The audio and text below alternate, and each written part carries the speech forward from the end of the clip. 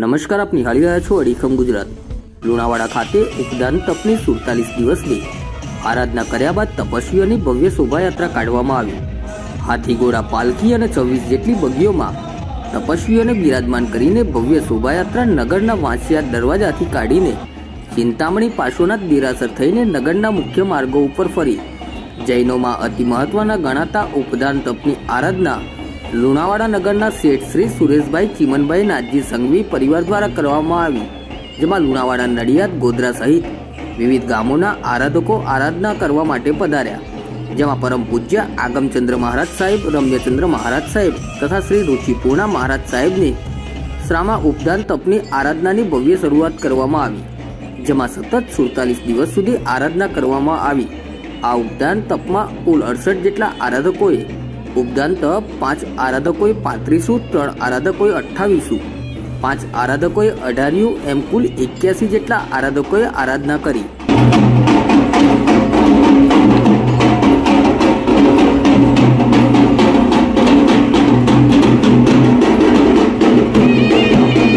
જેમાં 12 જેટલી નાની બાળાઓએ પણ ઉપદાન તપની કઠિન ગણાતી આરાધના કરી। સતત 47 દિવસની આરાધના બાદ આ તપસ્વીઓની ભવ્ય શોભાયાત્રા કાઢવામાં આવી, જેમાં સૌ પ્રથમ હાથી, ત્યારબાદ ઘોડા, ભગવાનનો ચાંદીનો રથ, 26 જેટલી બગીઓ સહિત રસાલો લુણાવાડા નગરના રાજમાર્ગો ઉપર ફર્યો।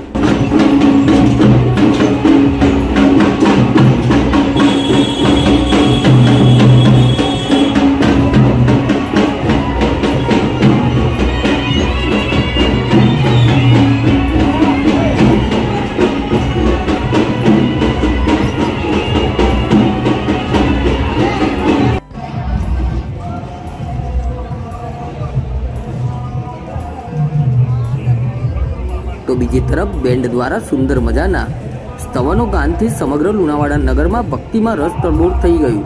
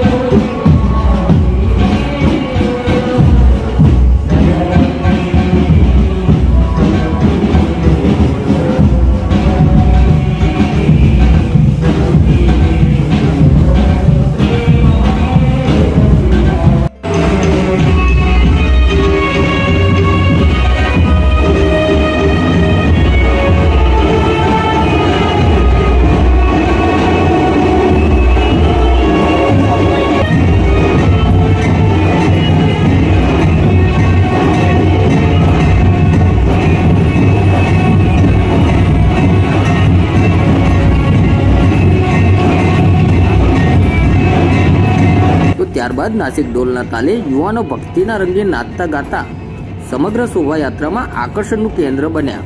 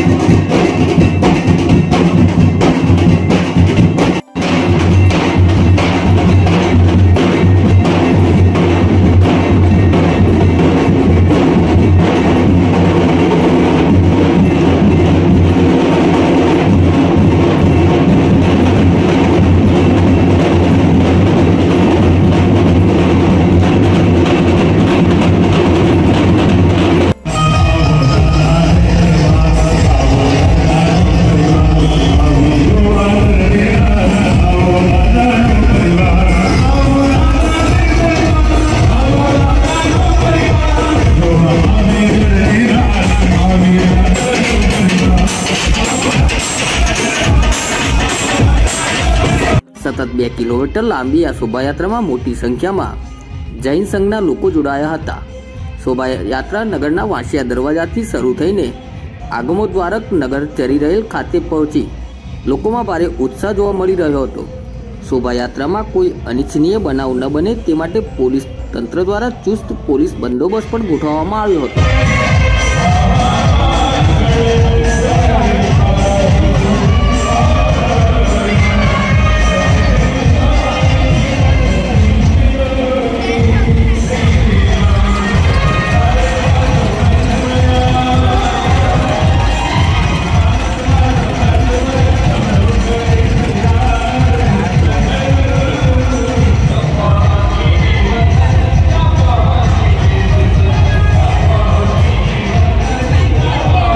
અડીખમ ગુજરાત ન્યૂઝ ચેનલને સબસ્ક્રાઇબ કરીએ અને વિડીયોને લાઇક કરીએ તેમજ વધુમાં વધુ ગ્રુપોમાં શેર કરીએ।